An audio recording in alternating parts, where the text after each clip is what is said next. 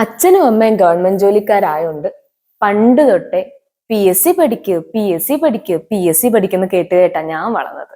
അങ്ങനെ വലുതായപ്പോ ബി.എഡ് കഴിഞ്ഞ് പി.എസ്.സി എഴുതി 6 മാസം ഉറക്കം ഉളച്ച് പഠിച്ചു പി.എസ്.സി എഴുതി ലാസ്റ്റ് ലിസ്റ്റ് വന്ന് ഇന്റർവ്യൂ കഴിഞ്ഞ് ഫൈനൽ റാങ്ക് ലിസ്റ്റ് വന്നപ്പോ 84th റാങ്ക് ഉണ്ട്. അത് കഴിഞ്ഞ് റൊട്ടേഷൻ ലിസ്റ്റ് വന്നു. റൊട്ടേഷൻ കഴിഞ്ഞിട്ട് റിസർവേഷൻ ഒക്കെ കഴിഞ്ഞിട്ട് 108ാമത്തെ റാങ്കിലോട്ട് തള്ളപ്പെട്ടു. ഓക്കെ, 108ാമത്തെ റാങ്ക് ഉണ്ട്. സ്റ്റിൽ ഒരു ഹോപ്പ് ഉണ്ടല്ലോ. ബട്ട് ഇതുവരെ യു.പി.എസ്.സി ലിസ്റ്റിൽ നിന്ന്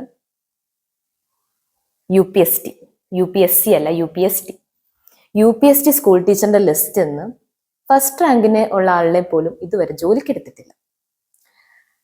നമ്മള് ജോലി കിട്ടുമ്പോൾ നമ്മൾ ലിസ്റ്റിൽ വരുമ്പോൾ നമ്മൾ ഭയങ്കര സന്തോഷിക്കുന്നു. നമ്മൾ ആലോചിക്കും ലിസ്റ്റ് വന്നല്ലോ, ഇനി ജോലി കിട്ടുന്നു. അല്ല, ലിസ്റ്റ് കഴിഞ്ഞിട്ട് പിന്നെ യുദ്ധം തുടങ്ങുന്നേ ഉള്ളൂ. നമ്മൾ എക്സാം എഴുതി കഷ്ടപ്പെട്ട് പഠിച്ച് ലിസ്റ്റ് വന്നാലും യുദ്ധം ചെയ്യണം ജോലിക്കായിട്ട്. ഈ DDA ഓഫീസിലൊക്കെ പോയി വേക്കൻസി റിപ്പോർട്ട് ചെയ്യിപ്പിക്കാൻ വേണ്ടിയിട്ട് അവിടെ പോകുമ്പോൾ അവരുടെയൊക്കെ മുഖം കണ്ടാൽ നമ്മൾ വിചാരിക്കും നമ്മൾ എന്തോ അവരുടെ ഔദാര്യം ചോദിക്കാൻ വന്നതാന്ന് വിചാരിക്കും. നമ്മൾ തന്നെ വിചാരിക്കും നമ്മൾ ഔദാര്യം ചോദിക്കാൻ ചെന്നതാണ്, നമ്മൾ പഠിച്ചിട്ടല്ലേ ചെന്നതെന്ന് നമ്മൾ തന്നെ വിചാരിക്കും. അതുമല്ല, ഈ യങ് ജനറേഷൻ നാട് വിട്ടു പോകുന്നതിന് കാരണം എന്താ? കേരളത്തിൽ നിൽക്കാതെ പുറം നാട്ടിൽ പോയി ജോലി ചെയ്യുന്നു. അപ്പൊ നാടിനോട് സ്നേഹമില്ല. യങ് ജനറേഷന്റെ നാട് വിട്ടു പോവാന്ന് പറയും. എങ്ങനെ നിൽക്കാനാ? കഷ്ടപ്പെട്ട് പഠിച്ച് ലിസ്റ്റ് വന്നിട്ട് യുദ്ധം ചെയ്യണം. യുദ്ധം ചെയ്താലും കിട്ടുവോ? ഒരു എക്സ്പെക്ടേഷനും എനിക്കില്ല.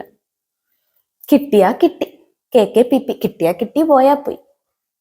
നമ്മൾ പഠിച്ചത് വേസ്റ്റ്.